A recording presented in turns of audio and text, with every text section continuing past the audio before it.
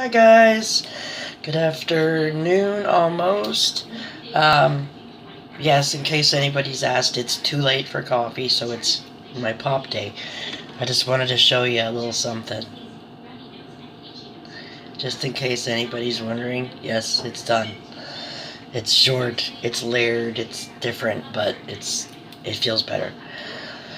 So, anybody who just saw my Facebook post, I got some buttery stuff from where my husband works, and it's basically a what they call a cocoa butter alternative. So I will show you what that looks like.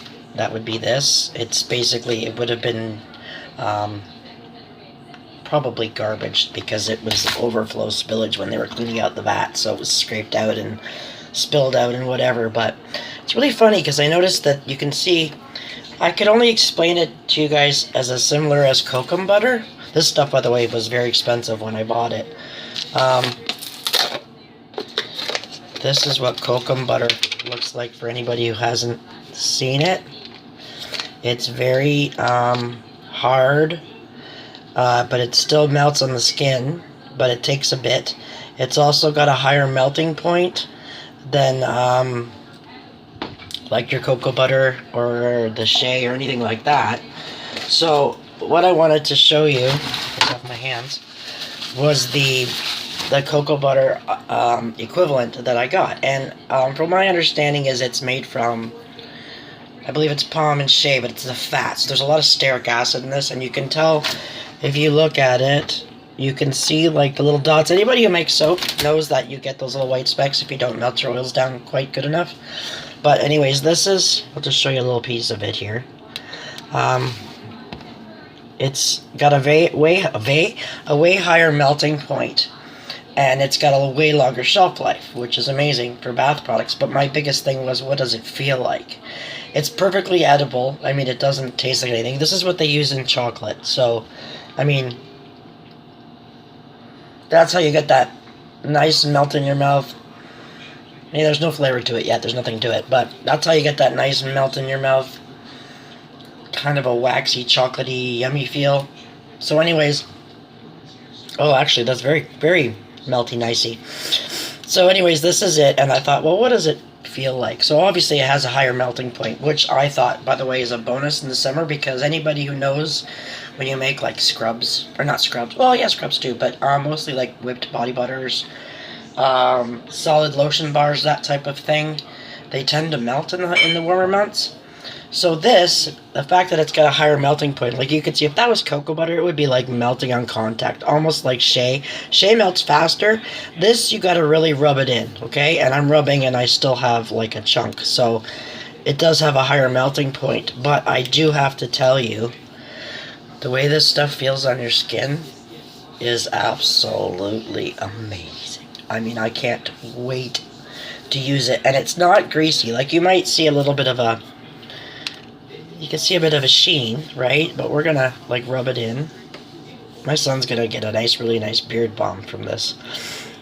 He's been putting all my lotion bars and my wrinkle sobs and whatever on his beard, and it's like it's like a beard balm, but it wasn't made for that, but it works really good. So anyways, I won't put that back in with the rest, but yeah, so it's super nice and moisturizing. It kind of acts like a barrier already. You probably wouldn't need a lot of beeswax or any kind of a wax or anything in there to make it more of a solid, because it kind of has that attribute on its own, which is really nice. Like, I really like it. I can't wait. So I will probably make a couple things to test it out. I will have to probably sift it when I make it, because like I said, it was kind of a spillage thing, and I mean, they're not, I mean, they have clean conditions there, so it's not like anything bad. It's just that it's been handled and carried around in buckets and stuff, so like that.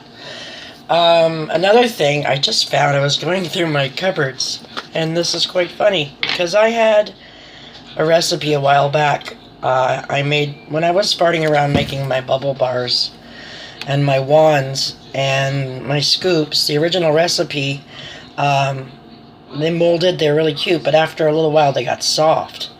So I thought, oh, okay, well, it ended up being bath sand. But I've had it in a container for a while. And I've noticed that it's sort of gone, I almost want to say Play-Doh-like again. Like, you can actually, it's still very sand-like, but you can still squish it up like Play-Doh. Like, it goes, as soon as you start, if I take some out, like, it's sort of, you look at it, it's kind of powdery, right? But as soon as I start, watch. As soon as I start squishing it, I'm like, oh my god, it's a Play-Doh. But it dissolves really nice in the bath. Like, this is basically like a bath. It's bubble bath. It's, the only way I can describe it is like a moldable bubble bath. Not like my Play-Doh, because my Play-Doh lasts. But this is like, it's just something fun. I'm sure you could give to the kids and say, here, play with this, and it'll smush and dissolve in the tub. But the bubble bath factor. And the smell still.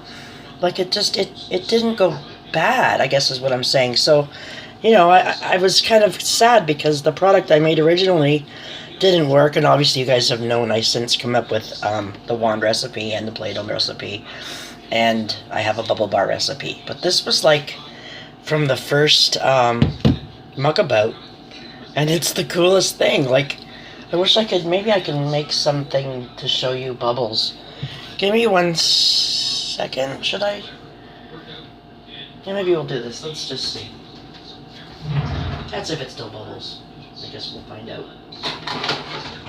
So I will just use a cup and a piece, and I'll hold it underwater, and we'll see. Hotter water always works better. We all know that. So anyways, let's just take only part of it, because I don't want to do a lot with this little cup. So there's a little piece. Let's just see.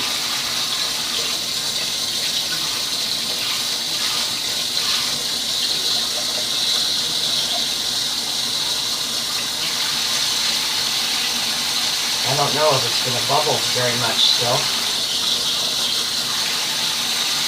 Yeah, you can see a lot of the starch. Yeah, it's bubbly, but not too much. Let's just see. Cup's not big enough.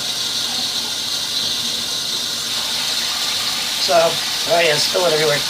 So I got a little bit of bubbles. I know you guys can't probably see that. But it's sort of neat. Kind of more on the idea of a Play-Doh, but it was kind of fun. And can you see the tint? Can you see that it's pink tinted? Yeah, it tints the water too. But, and the more, oh, now we got major bubbles. The more you swish around, the better it gets. I wish I could show you the pot and the bowl on the, you can see that. Wish I could show you in the sink. So it's just like a, oh, my hands are all bubbly. So it's just like basically like a bubble. That's got my cocoa butter on it.